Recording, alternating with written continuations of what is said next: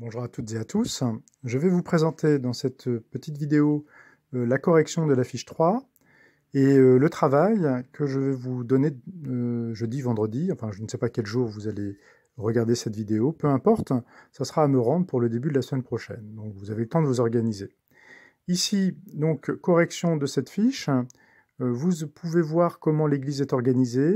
Au Moyen-Âge, elle est très hiérarchisée, vous le voyez avec le pape à la tête, et ensuite, sous ses ordres, le clergé, les membres du clergé, séculier et régulier, la différence vous est expliquée ici.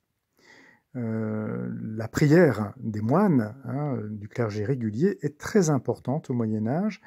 Ce qu'il faut que vous compreniez, c'est que c'est une société qui est chrétienne, où la vie religieuse, la foi, ont une importance considérable, et où par conséquent, les personnes qui se consacrent à la vie religieuse, et notamment à la prière, sont considérées comme des personnes importantes. C'est une société qui est donc chrétienne, on le voit avec l'organisation du temps, du calendrier, marqué par des fêtes, par des périodes religieuses, mais aussi l'existence des fidèles, c'est-à-dire des chrétiens, et pour le dire plus simplement de toute la population, est marquée par des sacrements qui jalonnent leur existence, qui marquent les moments importants de leur vie. Je vous laisse corriger. Le pèlerinage, pour ceux qui ont répondu à cette question, c'est aussi une façon d'obtenir le pardon de ses péchés, encore une fois, dans une société où la croyance en une vie après la mort est partagée par tous, et l'espoir, par conséquent, que cette vie soit une vie au paradis et non pas en enfer, est là aussi une préoccupation majeure des populations au Moyen-Âge dans l'Europe chrétienne. L'Église a un rôle social également, elle s'occupe des malades, des pauvres, des orphelins, et puis elle essaye également, autant que possible, d'éduquer, de civiliser le comportement des chevaliers.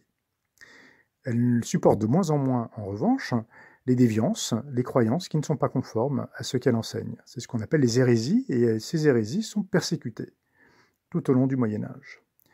Les églises, les bâtiments donc, qu'on appelle une église, sont nombreuses, ont des formes qui se ressemblent, ce que j'explique ici, enfin c'est la réponse à la question que vous avez faite. Et puis, elles obéissent à des styles architecturaux qui évoluent au fur et à mesure du Moyen-Âge. Vous avez ici la frise qui vous permet de compléter les deux périodes, art roman, art gothique. Les différences, elles sont dans le tableau, j'en ai rajouté une parce qu'il y en a beaucoup. Et vous pouvez compléter également ces différences avec la vidéo dont je mets le lien ici.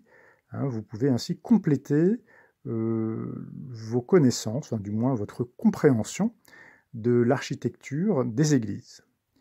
Une deuxième fiche de consignes de travail. Donc il y a ici l'autocorrection. Alors cette autocorrection, je tiens à ce que vous la fassiez sur le cahier.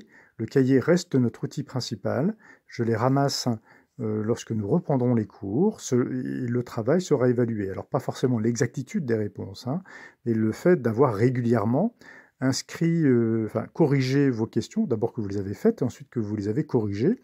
Mettez la date, je pense que c'est une bonne chose, ça permettra de voir ainsi l'évolution de votre travail. Écrivez la date à chaque fois que vous reprenez votre cahier. Donc, autocorrection, c'est ce que j'attends vraiment de vous tous. Le QCM également que vous allez trouver avec le travail à faire sur Pronote. Et enfin, un exercice, page 62, à me faire sous la forme de ce tableau, et non pas comme c'est présenté sous la forme d'un schéma dans le livre. Ici, vous classez les informations dans le tableau et vous me le déposez sur Pronote pour voir comment faire. Il y a ici le lien vers un tutoriel, très court, mais c'est assez simple.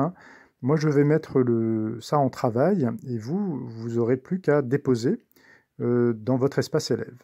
Voilà. Enfin, un travail facultatif que j'aimerais néanmoins que vous fassiez, ou en tout cas que vous essayiez de faire pour une petite part, un travail de rédaction. Donc vous essayez de rédiger, vous essayez de faire un bilan en fait sur la société féodale. Ici, je donne des consignes qui sont précises, donc vous les suivez attentivement. Je donne même un exemple pour commencer le texte ici, comment on peut s'y prendre. Donc essayez. Essayez, prenez le temps. Les exercices de rédaction sont une part importante de notre travail. Donc il faut vraiment que vous vous y exerciez, même si c'est compliqué, même si vous ne faites pas tout. Voilà. Écoutez, je vous souhaite bon travail, bon courage. J'espère que tout se passe au mieux, même si les circonstances, vous en avez bien conscience, sont tout à fait exceptionnelles.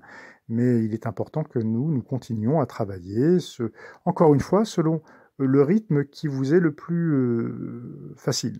Ne cherchez pas à tout faire d'un coup. Prenez le temps de bien vous organiser. Et si vous n'arrivez pas à tout faire, c'est pas grave. On a bien conscience que les circonstances ne sont pas des circonstances habituelles et qu'en dehors de la salle de classe, il y a des choses qu'il est compliqué de faire. On n'est pas là pour pouvoir vous aider en direct.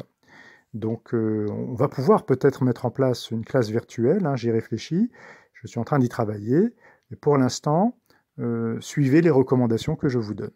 À très bientôt.